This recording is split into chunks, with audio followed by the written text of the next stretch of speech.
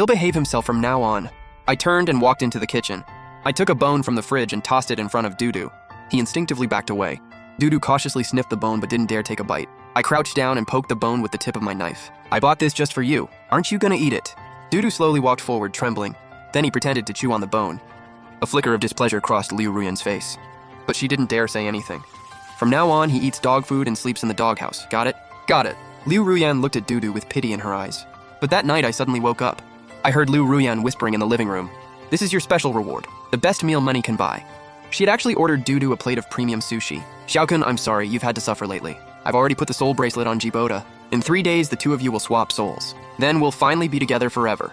I'd already guessed Liu Ruyan had another reason for getting back with me, but learning the truth still sent a sharp pain through my heart. I stared coldly at the woman and the dog, and came up with an even better way to get revenge. The next day, I invited my buddy Ji over. He brought along his poodle, Kola. I heard Dudu's been getting pretty feisty lately. Ha! So I brought Kola over to socialize. Kola wagged his tail and charged straight into the living room. Dudu was curled up by Liu Ruyan's feet, chewing a bone. Hearing the noise, his ears twitched, and he looked up cautiously. Kola acted like he didn't notice and ran straight toward him. The next second, the poodle put a paw on Dudu's waist. Dudu let out a startled yelp.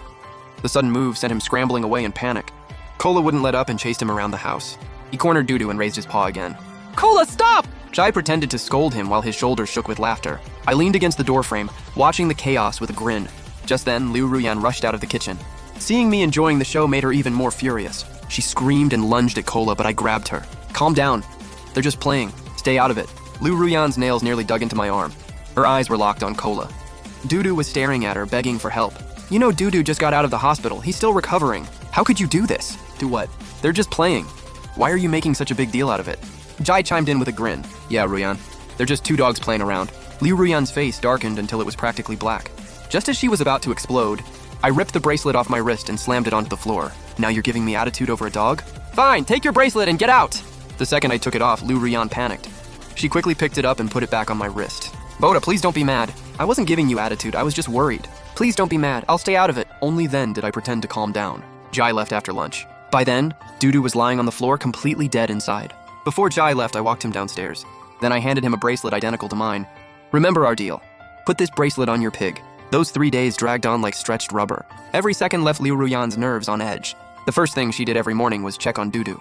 Then she'd make sure I was still wearing the bracelet she gave me. Finally, the last day arrived.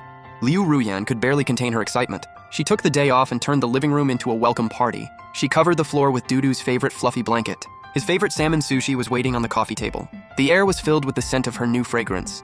She knelt on the blanket, clasped her hands, and whispered to Dudu. Xiaokun, tonight we'll finally be together forever. When I got home, Liu Ruyan had cooked an entire feast. You're home. Ruyan, what's the occasion? Nothing special. I just wanted to surprise you. Liu Ruyan had never cooked before. That showed just how excited she was. But what she didn't know was, I'd already swapped out the soul bracelet on my wrist. Liu Ruyan sweetly stepped forward and took my briefcase. When I came out of the shower, she'd even lit candles. Then I glanced at Dudu in the corner. There was a flash of smugness and hatred in his eyes. Suddenly, Dudu collapsed. A second later, I passed out too. It actually worked. Xiaokun, is that you? Can you talk? I slowly opened my eyes and saw her twisted face reflected in them. Ruyan, I'm sorry you had to suffer. Now we can finally be together forever. Just then, Dudu woke up too. Liu Ruyan immediately kicked him. She clearly thought my soul had been transferred into Dudu. You let your friend's dog bully Dudu. Today you'll repay Xiaokun's pain tenfold, even 100-fold.